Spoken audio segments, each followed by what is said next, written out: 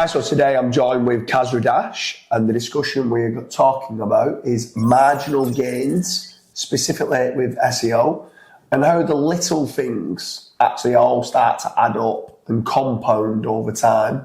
And it's the marginal gains that you get with SEO that gives you long-term rankings. So let's get started on the little wins that you can be doing. What's initially your thoughts to start with about when people are kind of attending masterminds throughout the world and they're all thinking they're missing out on a push button SEO, big knowledge bomb and all the rest of it? What's your thoughts to people who think that?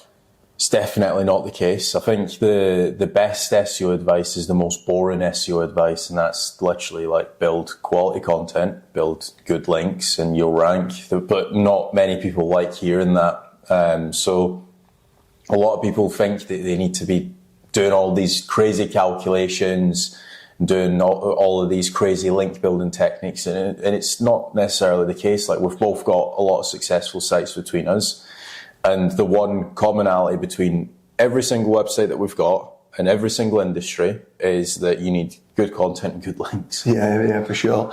I think the big part of the marginal gains within SEO is just do all things right. Yeah. So let's just run through a few bits with regards to, let's start off on technical SEO. So making certain that your site speed, that it loads fast. I mean, you don't need to absolutely obsess over 0.01% speeds and stuff like that, but making certain that it does load fast enough that Google can get around your site quite easily. So I'd start off with that with technical. What else would you say with technical? What are marginal wins for technical SEO?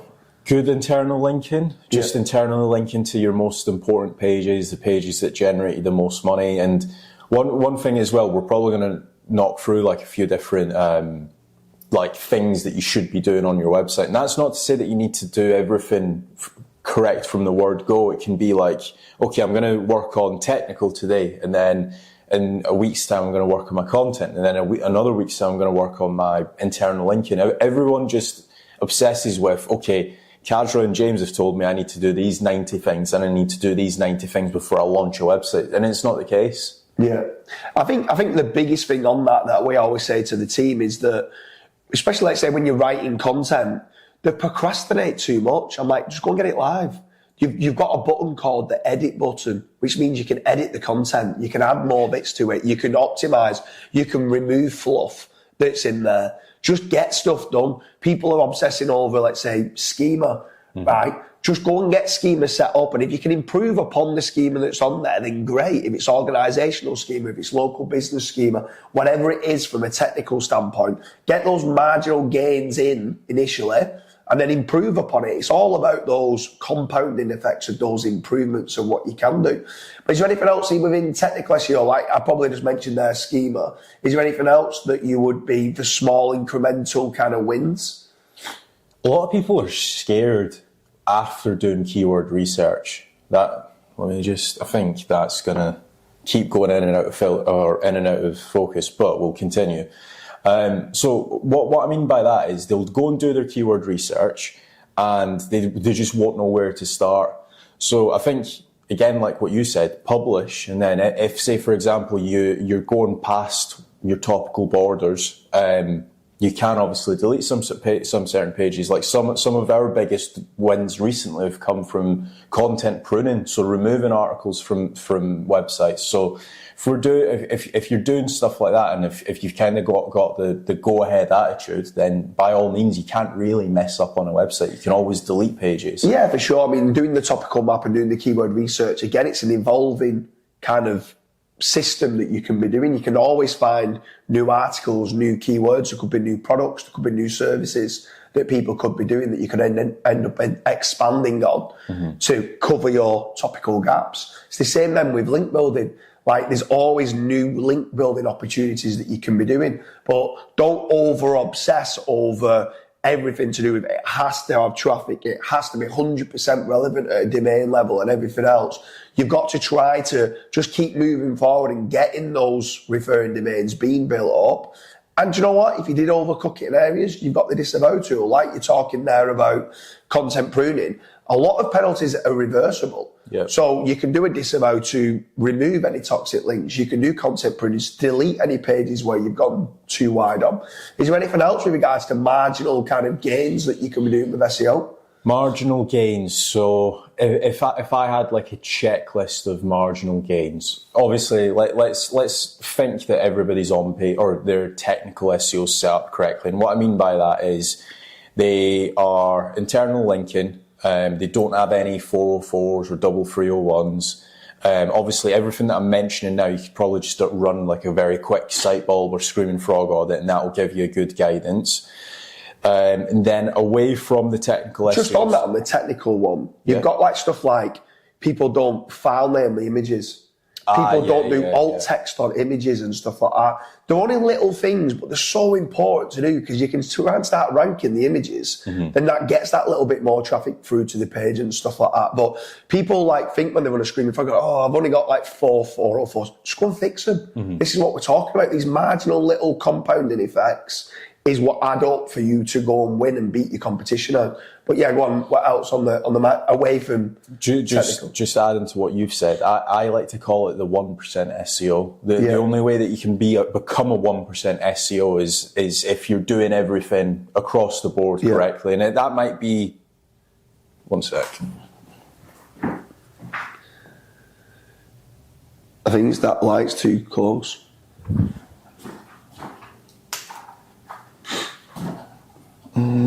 What are you going to do here? It's too bright overall. Will she go through it and edit this out? Yeah. Well, Wendy won't, but one of the editors will.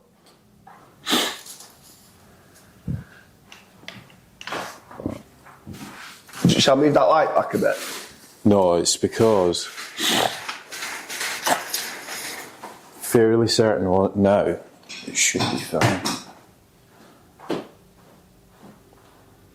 Yeah.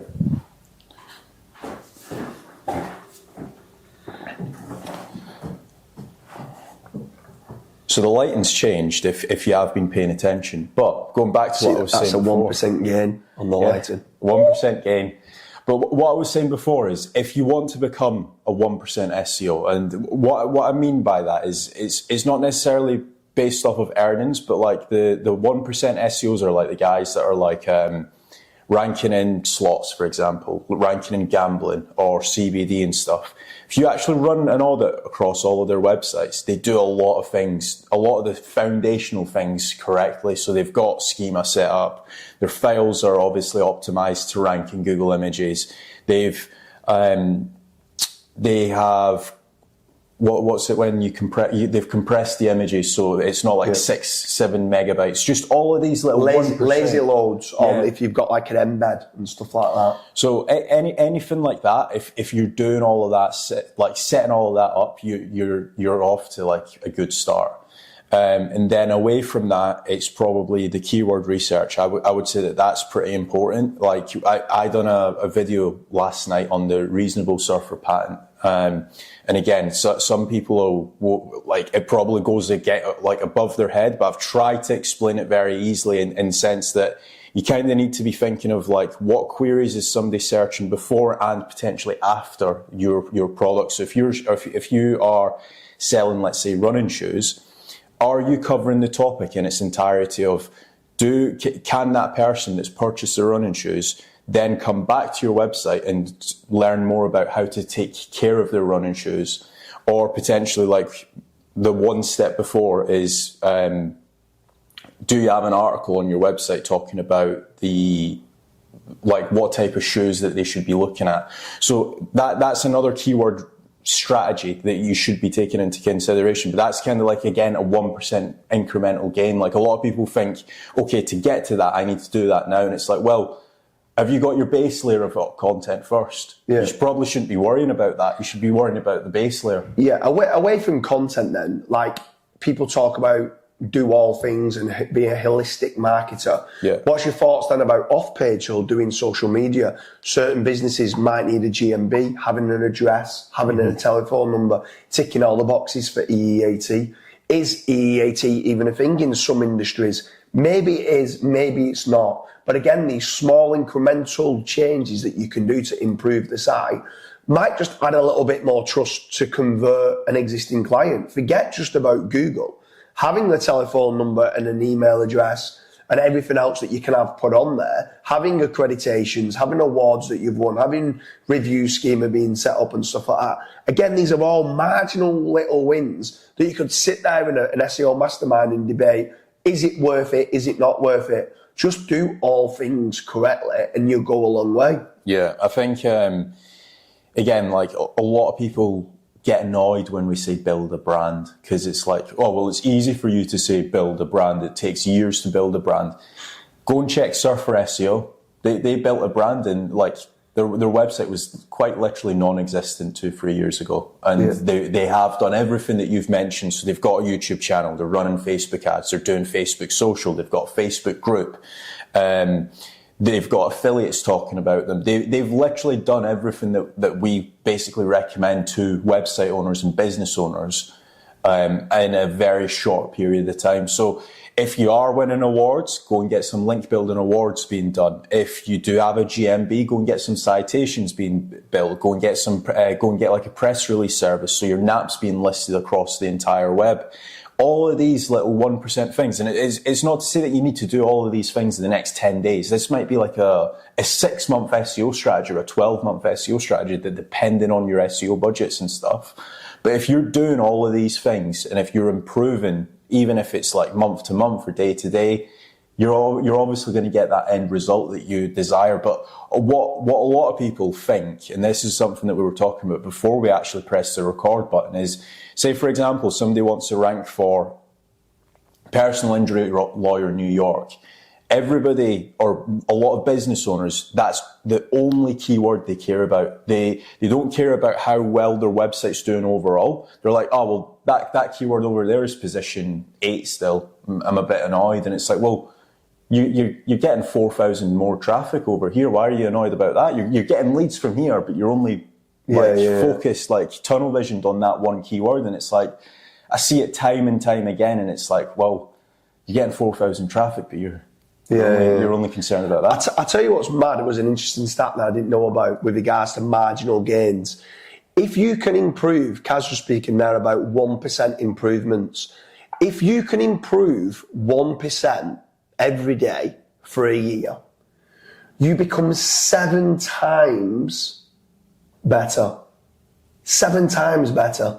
Now, you'd think that it'd only be 3.6 times better because it's only 365 days. But that compounding effect to that 1% on top of the 1%, on top of the 1%, on top of the 1% makes it so much more. Where you think, like you said, it'd be 3.65 times better you would be if you did 1% each day. Yeah. But it's actually because of the compounding effect and the exponential growth of what you get, it actually makes it 7 times better, which is pretty incredible. So it's these little 1% gains of what you can do. When you go into an SEO mastermind, stop thinking you're going to get this one knowledge bomb which is going to treble your business. Try and find something that could just be so minor and so little that could improve a virtual assistant's task. It could save you some time. All these little micro wins are what add up and what compound to make you overall a much better SEO. What's some compound gains that you've done over the years? And it's not to say like what's been some knowledge bombs, but what's been some things that stand out to you that you're like, that actually saved me a lot of time, or that saved me a lot of money? So they're so minor. So they are literally, if I'm rhyming off a load of them, they are improving site speed, improving silo structure, adding alt text to images, making them the media rich, so adding images and adding videos, sharing the images and videos on social media, trying to get traction with regards to improving the way that I write social media posts that get more retweets or more likes and more comments and more click through to my website, making certain I'm trying to rank my videos better, improving my thumbnails of my YouTube videos, having tags on there, sharing once I've done the video on social media. They're all little easy things that you're going, James, there's no knowledge bombs there. But then it's like having proper standard operating procedures, so having SOPs for your staff to make certain that they're following it in the correct way, making certain that I'm trying to add images and videos to my citations, trying to do unique descriptions in my citations, doing the press release every time I win some awards, which gets me a referring domain count. But when I'm doing a press release, trying to add a video, trying to add an image, trying to have the NAP listing in as many places that I can, adding the NAP listings in YouTube descriptions, it's endless, and it's all the little micro wins that long-term people go like, how have you been so successful in SEO? And I'm like, I sit there and I go, I'm a businessman. I'm not an SEO. Because if you want to speak about knowledge bombs, there's probably a lot of other people that are more intelligent about SEO than what I am. Got the latest hacks, the black hat techniques of what work, but all these little compounding wins over time, it's just enough to beat the competition. Then move on to another site and just do just enough to beat the competition and do another site. Recently, we've started to improve upon what a good quality link looks like. So we've been disavowing some links. We've now tried to start improving, going through like the blacklist of guest posts. So we're not paying $200, $300 for a link that actually has got no trust and has got a little bit of toxicity. Yeah. All those little wins all start to stack up, because every time you're looking to acquire a new link, you know that it's got trust and it's got power and it's low in toxicity. Trying to get semantic triples into the content. I didn't even know what a semantic triple was. Like, I'm sat there like a school kid, and I've been doing SEO for over 10 years. When someone sat there telling me, do you get semantic triples in? I'm like, I'm thinking of advanced because I don't do keyword research, I do topical research, and I get entities on the page and thinking, I'm advanced, mate. But then when they start talking about SBOs and semantic triples, I'm like, what even do you mean? They start talking about the macro and the micro content, contextual borders, like what making certain that even the head in a hierarchy is really important. So when you start like little things like, okay, it's a how-to, like H2, okay, it should be a numbered list, or it should be a video explaining how to do what the question is. If it's a list, normally it's a bullet point list, unless you want it specifically in an order, like a top 10 might be a numbered list. So all these little things, if we're doing comparison, maybe putting a HTML table on there. So you're structuring and you get the HTML to text ratio to be good. It's all these little micro wins that you do over time and incremental kind of gains of what you can get that make you a better SEO. Yeah. It's not a knowledge bomb going, okay, if I inject this bit of code 300 pixels to the left, I'm going to jump to position number 1. Do you know what I mean? I'd love it to be that. It's not white text on a white background. It's actually providing good quality content for the user. Plus, like you've mentioned, removing fluff, removing contextless words. Actually, I used to be obsessed with correlation. Oh, I've got to get these words in 16 times on the page. Oh, this question of this article needs to be 3,400 words because correlation tells me that it needs to be 3,400 words. If I can answer it and get all the entities in most important terms on the page and answer it in a more concise manner and doing it in 1,900 words, that cost of information retrieval for Google, as long as I'm answering it as good as I can do, and I'm getting all the different variations and examples on the page, 1,900 words is better than 3,400 words. But everyone's obsessed with content length, saying, oh, well, if they've done 2,000 words, I need to do 2,200 words. Yeah. Actually, no, it's the opposite. It's how rich your content is with value, getting the attributes in there of the rare, the root, and the unique, getting those in and going, okay, this is important. So it's for me, I sound a little bit like I know what I'm on about. I don't. I just know when I'm speaking to my content team who are editing, they're the bits that they're telling me. When I'm speaking to the link building team that are doing the testing, they're telling me that this is toxic, this is trusted. Oh, you need to be careful on this. Oh, try and get the link higher up the page. It kind of passes more weight if it's higher up the page than right at the end of the article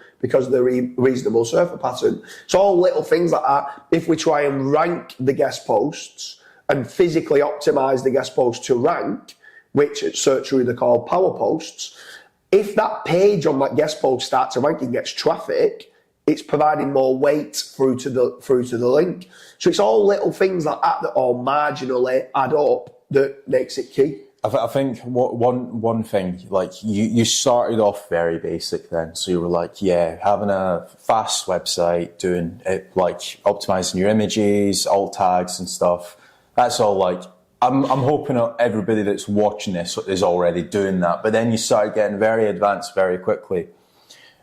One thing to bear in mind if you guys are watching this is that that's took you years. Do you know what I mean? Oh, yeah, of course it has, It's not been like right, I'm awake, I'm going to learn more about semantic triples or page weight and page rank and stuff like that. It's kind of like, right, okay, now that I've got my strong foundational website set up, I've got maybe 40, 50 articles set up, now I'm going to actually learn a little bit more on how to improve the content. Yeah. Or now I've built, let's say, my 60 foundational links or my 200 foundational links.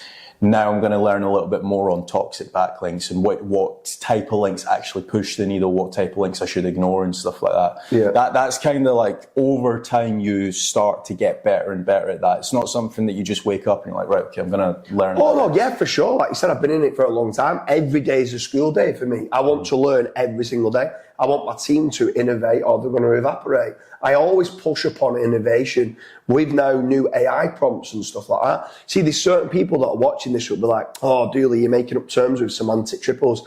I haven't made that up. That's actually part of linguistics. Do you know what I mean? If you actually start to look in, a semantic triple looks at the subject, the predicate, and the object within a sentence structure. It's just having the sentence structure correctly. You go, oh, you're just doing complex words to sound good.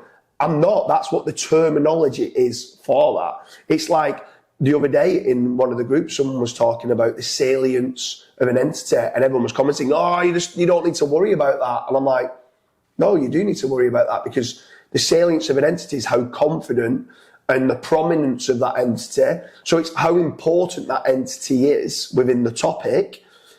I want to try and get that, if it's really important, higher up the page and potentially in the introduction, because it's the most important entity related to the topic. Mm-hmm. So all this is important. And again, these are the little marginal wins that you can get.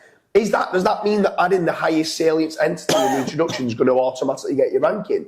No. It's incremental gains, but will it help? Absolutely it will help. If you don't understand all these little marginal gains that you can get within SEO, you will struggle. But if you can understand every part of it, from schema to technical to topical authority, to how well your page is written, to your backlinks, and then your social media, and then building a brand and trying to get a positive brand SERP and a positive sentiment around your brand so that people are having a good user experience. And if they are going off to check who you are, they're going, yeah, well, I like these, and then the conversion's going to be higher and everything else. So again, there's certain things off page that isn't just for better rankings, it's for branding purposes as well. And like you said, for branding with regards to like how Surfer SEO have done, could you get an affiliates involved? Could you shout and scream about awards that you've won? Can you go and get yourself more reviews? The amount of companies that we speak to that say, yeah, we've been trading 15 years, we're by far the biggest artificial grass company in the UK. Oh, that's great, you're telling me that, but you've got 3 Google reviews in the lifetime of you've been trading. Do you think that's good enough? Yeah. Go and start getting some more Google reviews. Do you know what I mean? Like, go and try and start promoting to your customers. Can you leave us a Google review? Can you leave us a Yelp review? Do you know what I mean? Trustpilot. A Trustpilot review. Can you go and get some video testimonials and then share it on your social media? All these trust signals then can all start to stack up as well. And potentially adds to your SEO value with regards to EEAT signals, whether you want to believe that or whether you don't. Like, just do all things. And when you do all things holistically, a rising tide lifts all ships. Yeah. Doing these marginal gains, everything together collectively, will make you a better SEO. Yeah, definitely. So we hope you like the video with regards to marginal gains and doing them 1% improvements for your SEO efforts.